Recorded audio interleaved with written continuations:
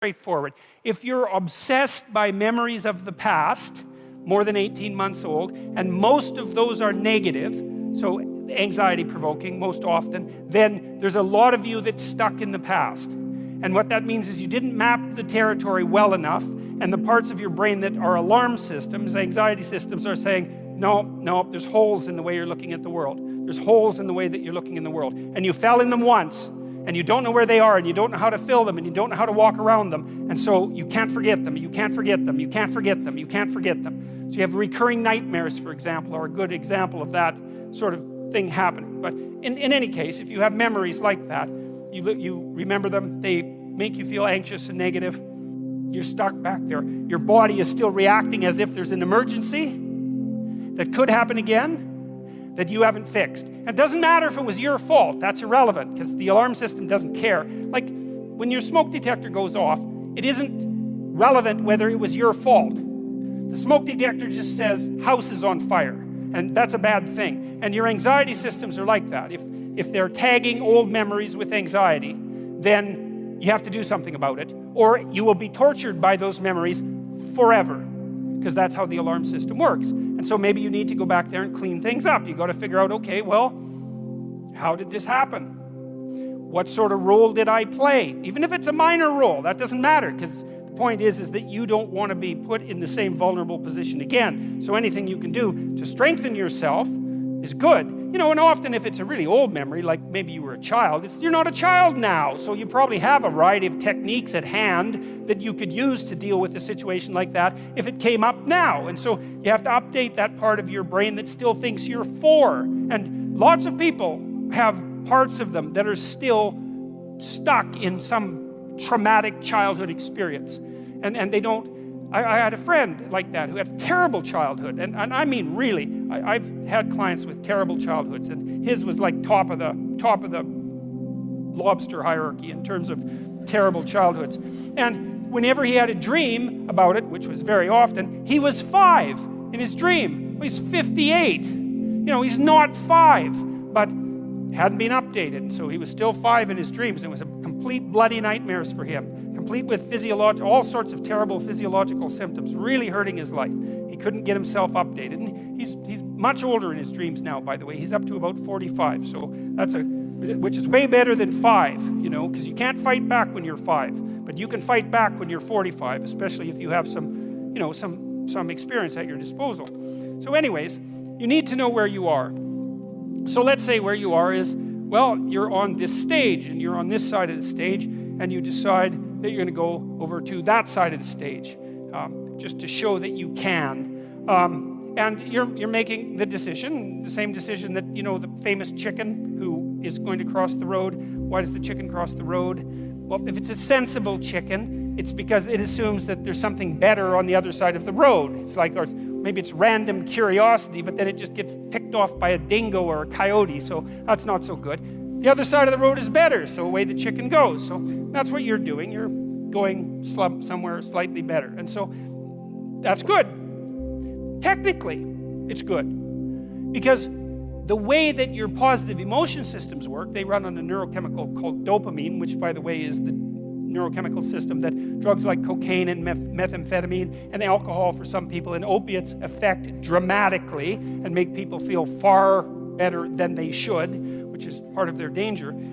It's a very fundamental system. The dopamine system kicks in with a kick of positive emotion if you're going somewhere that's worth going. And so that's worth knowing. It's really worth knowing. It's like, okay, you want a little bit of positivity in your life. Well, how do you get it? Well, you got to get the system. It's almost it's the left hemisphere system for most people. Not that that's particularly relevant, but it is a standalone neurochemical system. It's rooted very, very deeply in the brain's exploratory circuitry. So very ancient system. And it's happy when you have somewhere to go. That's the first thing. And then it's also happy when you're going there. And so if I'm on this side of the stage, and I want to go over to that side of the stage, and I see that there's a nice clear pathway, I can just go straight down this line, then I look at that, and I'm actually a little happy. I'm not ecstatic. I mean, who the hell cares if I get to the other side of the stage, right? I mean, it's a small piece of my life, but it's not nothing. It's something. Okay, and so I look at the pathway, and I think that's a good pathway, and I feel a little positive. And then if I move here, and then I see that little table right in the way between me and the other side of the stage, then I feel a little negative, because I don't want an obstacle in my pathway. And so that's really how you're looking at the world, by the way. You don't see objects.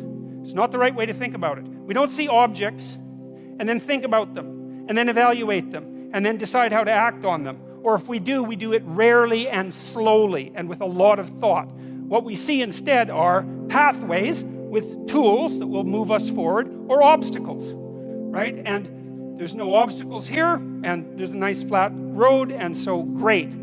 Positive emotion. This is a task I can undertake. The sailing is clear. It's a good day. And then I'm here, and it's like, yeah, well, that's a little annoying. I get a little pang of disappointment, let's say, anxiety. Can I make it around that obstacle? I'm fairly confident. I've done this sort of thing before. So I can take the rough route, and I can, walk forward like this, and then I can do this great trick, which is just this, and then, I've circumvented the obstacle. Now, if I didn't know how to do the little bit of circumvention, then that would be a real problem, right? Because I couldn't get from point A to B, and that would screw up my plan. But I do have that particular skill set, so it's a minor disruption to the perceptual set that I'm using to organize the world. It's a minor bit of chaos, because that's what happens when your perceptual set, the structure that you're using to organize the world, the plan through which you're viewing the complexity of the world, reveals an inadequacy, then that destabilizes your emotions. So that's another thing to know. One thing you need to know is you need to be going somewhere, and there needs to be a pathway in order for you to feel good. The other thing to know is that if that plan is untenable or becomes destabilized, then what happens is you become flooded with negative emotion. Frustration, disappointment, anger, primarily anxiety. But all of those things sort of intermingled. Anger maybe because you have to fight your way through the obstacle. Frustration because maybe you have to make a new plan. Disappointment because you put a bunch of work into the damn plan and it didn't work out. Anxiety because now there's too many choices in front of you.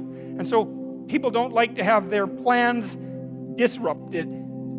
They don't like to have their plans disrupted. And the reason for that is that their plans are directly associated with their emotional perception of the world. And so, that's a good thing to know too. That's why, what it is you've decided that you're going to go to like a Korean restaurant for dinner, and that's fine, and then it turns out that you can't, and maybe you have to go to a Greek restaurant, and it's like, who cares, right? Unless you hate Greek restaurants.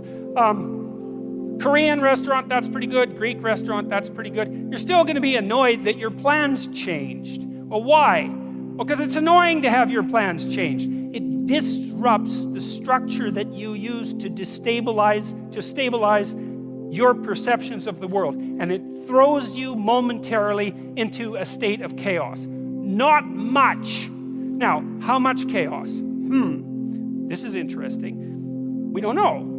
Like, let's say you wake up one morning and you have an ache in your side. It's like, well, you don't have an ache in your side. What does it mean that you have an ache in your side? Well, you don't know. Like, maybe it means you pulled a muscle, and like, who the hell cares? Maybe it means you have cancer, and like, you're going to be dead in 6 months. The whole range of possibility is there, and some people will assume one thing, it's like, that's nothing, and some people will assume the other, and all of them will be right sometime. And so the question is, how do you calibrate something like that? And the answer is, well, we tend to guess at it. We guess at it temperamentally. So one way we guess at it is we have our set points for negative emotion. So it's neuroticism trait. Some people will be a lot more nervous about a small level anomaly than others. And maybe they'll go to the hospital first and they won't die. And then, or maybe they'll be freaking out all the time and they'll be a hypochondriac, right? So there's pros and cons about being nervous like that. Other person's very emotionally stable. They don't worry about much. They think, it's nothing. And then, by the time they get to the hospital, it's too late. Hey, that's how the dice roll. That's one way that you guess. It's determined in large part genetically. Not completely, but in large part. Another part is your position in the hierarchy. So the issue is, well, how safe are you in life? And the answer is, who knows? But one of the way you guess is, well, are you good at things? You know, because if you're good at things and a problem comes up, you can probably solve it. And then you might think, well, how do you know if you're good at things? And one answer might be, well, other people think you're good at things. Because you're really kind of comparing yourself to other people when you're thinking about whether or not you're good at things. And so if it turns out that you're in a hierarchy and you're fairly high in the hierarchy, indicating a certain degree of competence, then your nervous system, under the control of the serotonin system, dampens down your negative emotion. It says, look, you know, all things considered, you're probably pretty safe. And that's nice, but it also means you don't like having your position in the dominance hierarchy challenged at all. Because if you get tossed down the hierarchy, let's say you get fired, well, it wreaks havoc with your serotonergic function. It makes you defeated, like the defeated lobsters that I wrote about. And then all of a sudden you're way more susceptible to negative emotion. And who wants that? And so that's why you don't even like to lose arguments. You know, you lose a little argument, it's like, whoop, down the dominance hierarchy a bit, up, emotions are a bit destabilized. It's no damn way, I'm right. And why? Because I want to keep my neurochemistry in check. And no wonder. Well, the thing is, sometimes it's better to learn than to insist upon being right, because learning works better for the future.